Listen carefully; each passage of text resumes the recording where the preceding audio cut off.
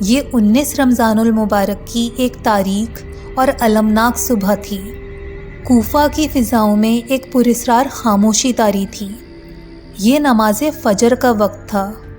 مسجد کے در و دیوار سکون میں ڈوبے ہوئے تھے اور نمازی اپنی عبادت میں مشغول تھے کہ اچانک ایک زہر میں بجھی ہوئی تلوار ہوا میں لہراتی ہے اور تاریخ میں ایک ایسا المناک واقعہ رونما ہوتا ہے جو پوری امت مسلمہ کو ہلا کر رکھ دیتا ہے۔ یہ داستان ہے شیر خدا فاتح خیبر امام المتقین حضرت علی رضی اللہ تعالیٰ عنہ کی، جو شجاعت و بہادری، علم و تقوی اور عدل کی روشن مثال ہیں۔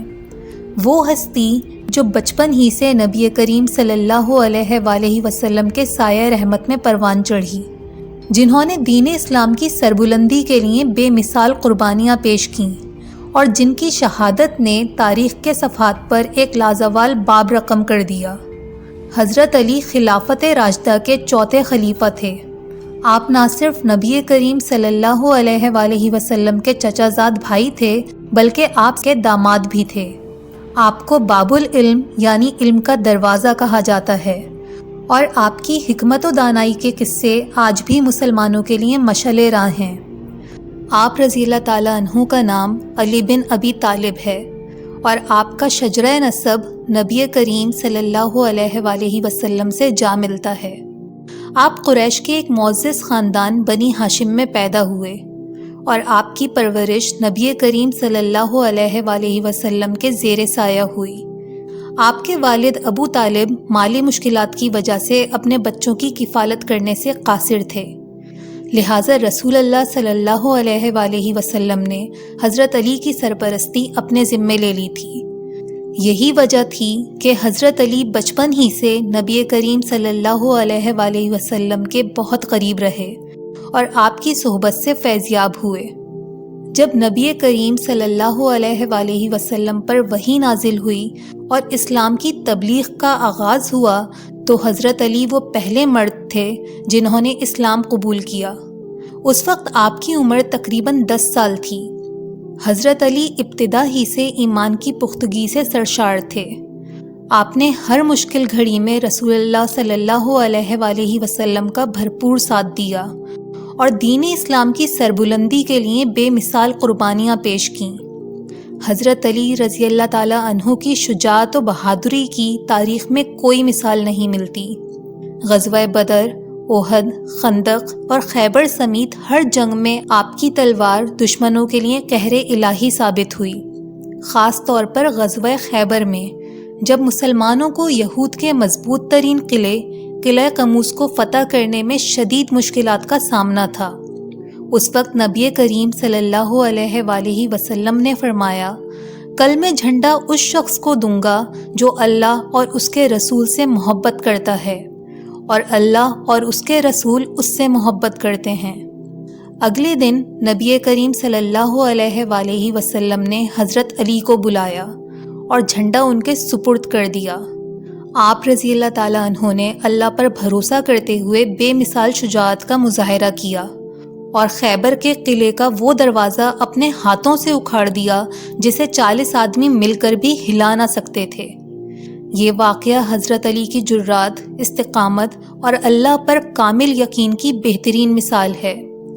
نبی کریم صلی اللہ علیہ وآلہ وسلم کی وفات کے بعد حضرت علی ہمیشہ خلافت کے معاملات میں حق و صداقت کے ساتھ کھڑے رہے۔ آپ نے حضرت ابو بکر، حضرت عمر اور حضرت عثمان رضی اللہ تعالیٰ عنہ کے ادوار میں خلافت کی مکمل حمایت کی اور نہ صرف ان کے مشیر و معاون رہے بلکہ امت کے بہترین مفاد کے لیے قیمتی مشورے بھی دیتے رہے۔ آپ کی حکمت و دانائی خلفائے راشدین کے فیصلوں میں نمایاں نظر آتی تھی اور آپ نے ہر دور میں امت کو جوڑنے اور اسلامی نظام کو مضبوط کرنے کے لیے بھرپور کردار ادا کیا۔ حضرت عثمان کی المناک شہادت کے بعد امت شدید انتشار اور اختلافات کا شکار ہو گئی۔ اس نازک صورتحال میں مسلمانوں کی اکثریت نے حضرت علی کو خلافت سنبھالنے پر مجبور کیا، کیونکہ وہ جانتے تھے کہ آپ ہی وہ شخصیت ہیں جو عدل و انصاف کے تقاضے پورے کر سکتے ہیں۔ ابتدا میں حضرت علی نے خلافت قبول کرنے سے گریز کیا، مگر امت کے اصرار پر آپ نے یہ عہدہ سنبھال لیا اور خلافت راشدہ کے تسلسل کو برقرار رکھا۔ حضرت علی کا دور خلافت اسلامی تاریخ کا ایک نہایت ہی نازک اور آزمائشی دور تھا۔ ایک طرف خارجی فتنہ سر اٹھا رہا تھا تو دوسری طرف امت کے اندرونی اختلافات شدت اختیار کر چکے تھے۔ حضرت علی نے ہمیشہ امت کے اتحاد اور اسلامی اصولوں کی پاسداری کی تلقین کی، مگر کچھ شر پسند عناصر مسلمانوں کے درمیان انتشار پیدا کرنے میں کامیاب ہو گئے۔ انہی اختلافات کی بنیاد پر جنگ جمل میں حضرت علی کا مقابلہ حضرت عائشہ، حضرت طلحہ اور حضرت زبیر کے لشکر سے ہوا، جو حضرت عثمان کے قصاص کے مطالبے پر اکٹھے ہوئے تھے۔ اس جنگ کے دونوں فریقین کا مقصد اسلام کی بھلائی اور مسلمانوں کا اتحاد تھا، لیکن منافقین کی سازشوں نے انہیں آمنے سامنے کھڑا کر دیا۔ حضرت علی نے فتنہ پرور عناصر کو روکنے کی بہت کوشش کی، مگر بدقسمتی سے جنگ چھڑ گئی، جس میں کئی قیمتی جانیں ضائع ہوئیں۔ حضرت علی نے جنگ جمل میں فتح کے بعد اعلیٰ ظرفی کا مظاہرہ کرتے ہوئے جنگی قیدیوں اور شکست خوردہ فریقین کے ساتھ انتہائی حسن سلوک کیا اور حضرت عائشہ کو انتہائی عزت و احترام کے ساتھ مدینے واپس بھیج دیا۔ جنگ جمل کے بعد منافقین نے ایک اور جنگ کی آگ بھڑکائی، جو کہ جنگ صفین کے نام سے مشہور ہے۔ اس جنگ میں حضرت علی کو حضرت معاویہ کی افواج کا سامنا کرنا پڑا، جو کہ حضرت عثمان کے قاتلوں کے خلاف فوری کارروائی چاہتے تھے۔ حضرت علی کا موقف یہ تھا کہ پہلے امت میں استحکام قائم کیا جائے، پھر قصاص کا معاملہ حل کیا جائے۔ اس اختلاف نے ایک اور خونریز معرکے کو جنم دیا، جس میں ہزاروں مسلمان شہید ہوئے۔ ان جنگوں کے نتیجے میں ایک نئے انتہا پسند گروہ خوارج کا ظہور ہوا، جو حضرت علی اور حضرت معاویہ دونوں سے علیحدہ ہو کر ایک سخت گیر نظریہ اپنا چکا تھا۔ یہ گروہ ہر اس شخص کو حکمرانی کے لیے نااہل سمجھتا تھا جو ان کے نظریات سے اختلاف رکھتا ہو۔ جنگ صفین کے بعد جب حضرت علی اور حضرت معاویہ کے درمیان ثالثی کا معاملہ طے پایا تو خوارج نے اس پر سخت رد عمل ظاہر کیا۔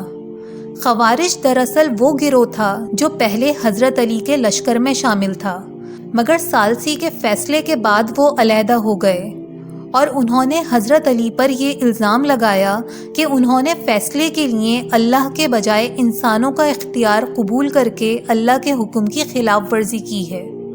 حضرت علی نے خوارج کو سمجھانے کی بہت کوشش کی اور فرمایا کہ قرآن مجید میں بھی جھگڑے نمٹانے کے لیے ثالث مقرر کرنے کا حکم موجود ہے، لہٰذا یہ قرآن و سنت کے عین مطابق ہے۔ مزید یہ کہ جنگ سے بچنے اور امت میں خون ریزی کو روکنے کے لیے ثالثی ضروری تھی، لیکن خوارج اس وضاحت کو قبول نہ کر سکے اور انہوں نے مزید شدت پسندی اختیار کر لی، یہاں تک کہ انہوں نے عام مسلمانوں کو کافر قرار دے کر قتل کرنا شروع کر دیا۔ جب خوارج کی دہشت گردی حد سے بڑھ گئی تو حضرت علی نے ان کے خلاف جنگ کا فیصلہ کیا، تاہم اس جنگ کی شروعات خوارج کی طرف سے ہوئی۔ نہروان کے مقام پر دونوں فریقین کے درمیان جنگ ہوئی، جس میں خوارج کو بدترین شکست کا سامنا کرنا پڑا اور ان کا تقریباً سارا لشکر ختم ہو گیا، لیکن کچھ لوگ بچ کر فرار ہونے میں کامیاب ہو گئے، جو کہ بعد میں خفیہ طور پر سازشیں کرتے رہے۔ ان فرار ہونے والے خوارج میں 3 افراد ایسے تھے جو حضرت علی، حضرت معاویہ اور حضرت عمر بن عاص سے شدید بغض رکھتے تھے، لہٰذا انہوں نے ان تینوں کو قتل کرنے کا منصوبہ بنایا۔ حضرت علی کو قتل کرنے کی ذمہ داری عبد الرحمن ابن ملجم نامی ایک خبیث خارجی کو دی گئی۔ 19 رمضان المبارک 40 ہجری کی صبح جب حضرت علی نماز فجر کے لیے مسجد کوفہ میں موجود تھے تو عبد الرحمن ابن ملجم نے آپ پر حملہ کر دیا۔ اس نے زہر آلود تلوار سے حضرت علی کے سر پر وار کیا، جس کی وجہ سے آپ شدید زخمی ہو گئے۔ اس حملے کے وقت حضرت علی کی زبان پر یہ الفاظ تھے: رب کعبہ کی قسم، میں کامیاب ہو گیا۔ جب لوگوں نے ابن ملجم کو پکڑ کر حضرت علی کے سامنے پیش کیا تو آپ نے عدل کا مظاہرہ کرتے ہوئے فرمایا کہ اگر میں زندہ رہا تو خود فیصلہ کروں گا، اور اگر میں شہید ہو گیا تو قاتل کو قصاص میں قتل کیا جائے، لیکن اس پر ظلم نہ کیا جائے۔ اس قاتلانہ حملے کے بعد حضرت علی 2 دن تک حیات رہے۔ 21 رمضان المبارک کو آپ نے جام شہادت نوش کیا۔ آپ کو کوفہ کی سرزمین میں دفن کیا گیا، اور یوں خلافت راشدہ کا یہ عظیم چراغ ہمیشہ کے لیے بجھا دیا گیا۔ حضرت علی رضی اللہ تعالیٰ عنہ کی زندگی تمام امت مسلمہ کے لیے ایک واضح مثال ہے کہ آزمائشوں اور مشکلات کے باوجود حق کی راہ پر ثابت قدم رہنا ہی اصل کامیابی ہے۔